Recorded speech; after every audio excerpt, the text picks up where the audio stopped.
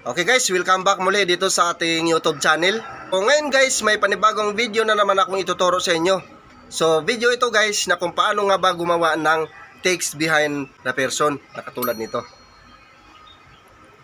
So kung interesado ka sa video nito guys at gusto mong matutunan kung paano ito gawin, panoorin mo lang itong video na ito hanggang dulo kasi dito ituturo ko step by step kung paano ito gawin guys. Okay? So kung baguhan ka man lang din dito sa channel ko, huwag kalimutan na mag-subscribe at pindutin yung notification bell nang magiging updated pa kayo sa mga susunod ko pa na-upload na video. So yun lang guys, di ko na to patagalin pa. Proceed na tayo sa ating tutorial.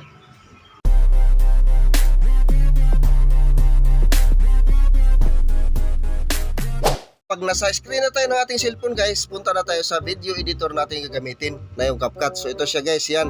I-click lang natin to. Then pagka-click natin sa CapCut, click lang din natin tong plus sign na menu project. Yan. Pagkatapos, kunin na natin yung video na ating i-edit guys. So ito siya, yan. I-click natin to.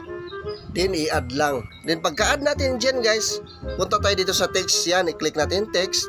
Then add text. Ito siya. Yan. Then, i-type lang natin yung gusto nating ilagay dyan guys. So sa akin guys, text lang din ilagay ko. Kasi yung topic natin ngayon, text behind the person. So text lang din ilagay ko guys, yan. Tulad na yan. Then para malagyan natin siya ng font guys na maganda-ganda. So pipili lang tayo dito ng gusto natin. Kung alin ang gusto natin. So nasa inyo na lang guys kung anong gusto nyo dito. So halimbawa itong soap na ito, click lang yung soap. Then punta ka dito sa effect guys. Kung katapos mo na mag-ano ng font niya, nalagyan mo na. So i-click lang natin tong effect. Yan.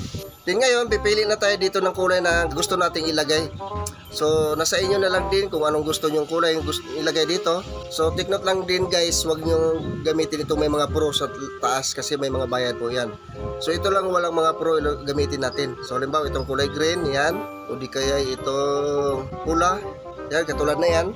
Then, lagyan natin siya ng in animation. So, i-click lang natin itong animation guys, yan.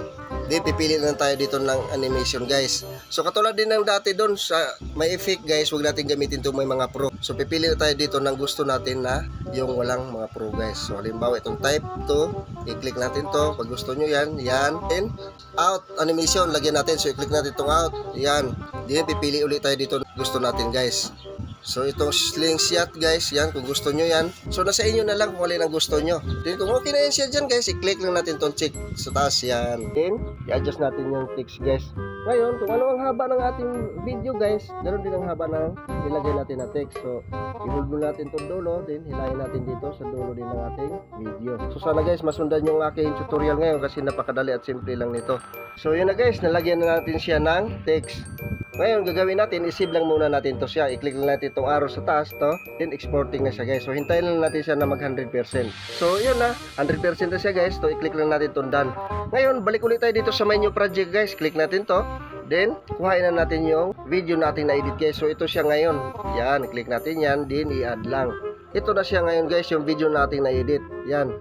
So para magawa na natin yung ating content ngayon guys na text behind the person. So punta tayo dito sa overlay. I-click ang overlay, then add overlay. Then itong original natin na video guys, ito siya. Yan, i-click natin to, then i-add lang. So kung napapansin nyo guys, hindi siya kasing sukat ng na-edit natin na video, yung original natin na video. So ngayon guys, gagawin na lang natin dito, i-hold lang natin ng ating daliri, tapos hilain natin pakaliwa at saka pakanan. So ganun lang kadali guys, yung pag-adjust ng ating video. So ngayon guys, subukan na natin siyang i-play. So napapansin nyo guys, nawala yung text, di ba? So gagawin lang natin dito ngayon, i-click lang natin tong pangalawang video sa baba, ito siya, yan. Then dito sa tools, hanapin natin yung cut out. So ito siya guys, yan, click cut out. Then remove background. Click lang natin tong check sa gilid, yan. So ngayon guys, para makita na natin yung ating ginawa, tulad pa rin ba kanina, susubukan na natin siyang i-play guys. O, diba? So, ganito lang kadali guys sa paggawa ng text behind the person. So, kung okay na siya dyan guys, i-click lang natin tong arrow sa taas, i-export na natin siya, din hintayin lang natin siya na mag 100%. So, yun na guys, idan lang natin. Meron na tayong video na ready for upload guys. So, sana guys na sundan nyo ang aking tutorial at may natutunan kayo. Nang sa ganon, alam nyo na din ito gawin guys kung kayo na ang gagawa nito. Okay? Abang-abangan nyo lang uli yung mga susunod ko pa na-upload sa video. Maraming salamat.